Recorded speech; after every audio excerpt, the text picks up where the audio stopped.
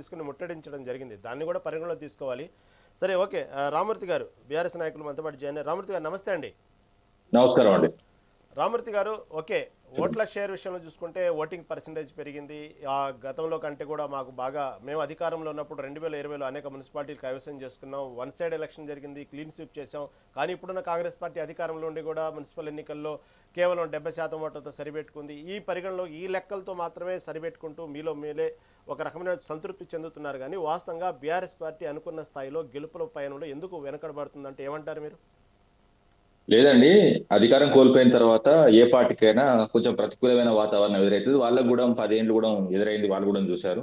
ఎందుకంటే వాళ్ళు 2-3 సీట్ల వరకే పరిమితమైన వాళ్ళు. మాకు అట్లా కాదు. ఎందుకంటే మేము అధికారం ఉన్నప్పుడు 2019లో జరిగిన సర్పంచ్ ఎన్నికల్లో 12,571 సర్పంచ్ ఎన్నికల్లో 7,774 గెలవడం జరిగింది. అది వన్ సైడ్ ఎలక్షన్స్ అంటే.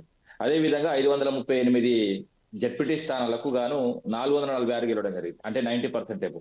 అదే విధంగా 5,817 ఎంపీటీ స్థానాలకు 3,556 గెలవడం జరిగింది. ఇది వన్ సైడ్ ఎలక్షన్స్ అంటే. అదే విధంగా కార్పొరేషన్ ఎన్నికలు కూడా, కార్పొరేషన్ మున్సిపాలిటీ ఎన్నికల్లో కూడా 2020లో జరిగిన మున్సిపాలిటీ ఎన్నికల్లో 120కి 109 గెలిచినాం. ఇది వన్ సైడ్ అంటే 90% ఎబో అంట. అదే విధంగా కార్పొరేషన్ ఎన్నికల్లో 9కి గాను 7 కార్పొరేషన్లు గెలవడం జరిగింది 2020లో. అధికారం కోల్పోయిన తర్వాత సరే, ఇప్పుడు మేము ఏ విధంగా అసెంబ్లీ ఎన్నికల తర్వాత, దాని తర్వాత వచ్చిన ఎన్నికలు, సర్పంచ్ ఎన్నికల్లో కూడా సత్తచాటం. సర్పంచ్ ఎన్నికల్లో కూడా వాస్తవంగా చెప్పాలంటే 4,035 సర్పంచ్లు గెలిచి, ఇంకోటి ఏంటంటే 4,035లో కూడా మెజారిటీ గ్రామాలు, మేజర్ గ్రామాలు 2,000 గ్రామాలు ఉన్నాయండి. 2,000 గ్రామాల్లో దాదాపు, ఎందుకంటే ఒక్కొక్క గ్రామంలో 2-3 ఎంపీటీ స్థానాలు ఉన్న గ్రామాలు కూడా ఉన్నాయి. కాబట్టి మినిమం 2 అయితే ఖచ్చితంగా ఉన్నాయి. కాబట్టి ఈ గవర్నమెంట్ వెనుకకు పోయింది. ఎందుకంటే వెంటనే జెడ్పీటీసీ ఎంపీటీసీ ఎన్నికలకు పోయేది ఉండే, కానీ భయపడ్డారు. ఎందుకంటే ఇంటెలిజెన్స్ రిపోర్టు సీఎం టేబుల్ మీదకి వచ్చిన తర్వాత వెనుక జరగడం జరిగింది. మున్సిపాలిటీ ఎన్నికలు పెట్టింది. సరే, గుర్తున్న ఎన్నికల్లో వాస్తవంగా మాకు ఓట్లు వేసిన ప్రతి ఒక్క ఓటర్ కి క్లియర్ గా మేము ధన్యవాదాలు చెప్తున్నాం. ఎందుకంటే వాళ్ళకు మాకు కూడా పెద్ద తేడా ఏం లేదండి. వాళ్ళకి 39% పడితే, 39.8% పడితే మాకు 28.75% పడ్డాయి.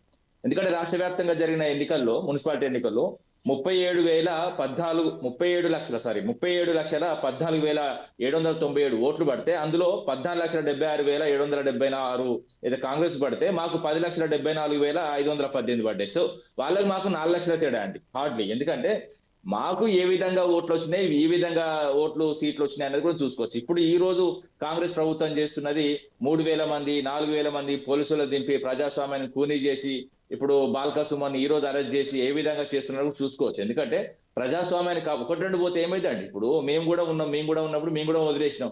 వాళ్ళు గెలిచిన దగ్గర మేమైతే బలవంతంగా చేయాలంటే వాళ్ళు 3-4 కూడా గెలవకపోవండి. ఆ 3-4 గెలిచాక కూడా వదిలేసినాం. ఎందుకంటే వాళ్ళ సామర్థ్యంగా అంతే, వాళ్ళ శక్తికి అంతే అని వదిలేసినాం.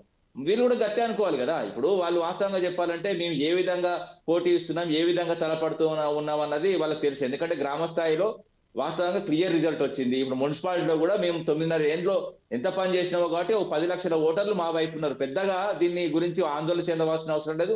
10 లక్షల మంది మాకు ఓట్లు వేసిన వాళ్ళకు వాస్తవంగా ప్రతి ఒక్కరికి పేరు పేరున ధన్యవాదాలు తెలుపుతూ, మా పార్టీ అన్ని విధాలుగా ఒక ప్రతిపక్ష హోదాలో ఉన్నా, పక్షంలో ఉన్నా మీ వైపే ఉన్నాం. రేపు కూడా వచ్చే గవర్నమెంట్ లో మీ వైపే ఉంటాం.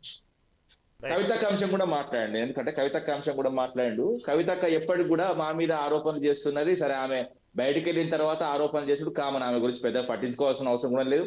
ఎందుకంటే కాంగ్రెస్ కు ఏ విధంగా ఆమె సపోర్ట్ చేస్తున్నది దివ్యమైన సత్యం. ఈ రోజు కాంగ్రెస్ ను విమర్శిస్తున్నది.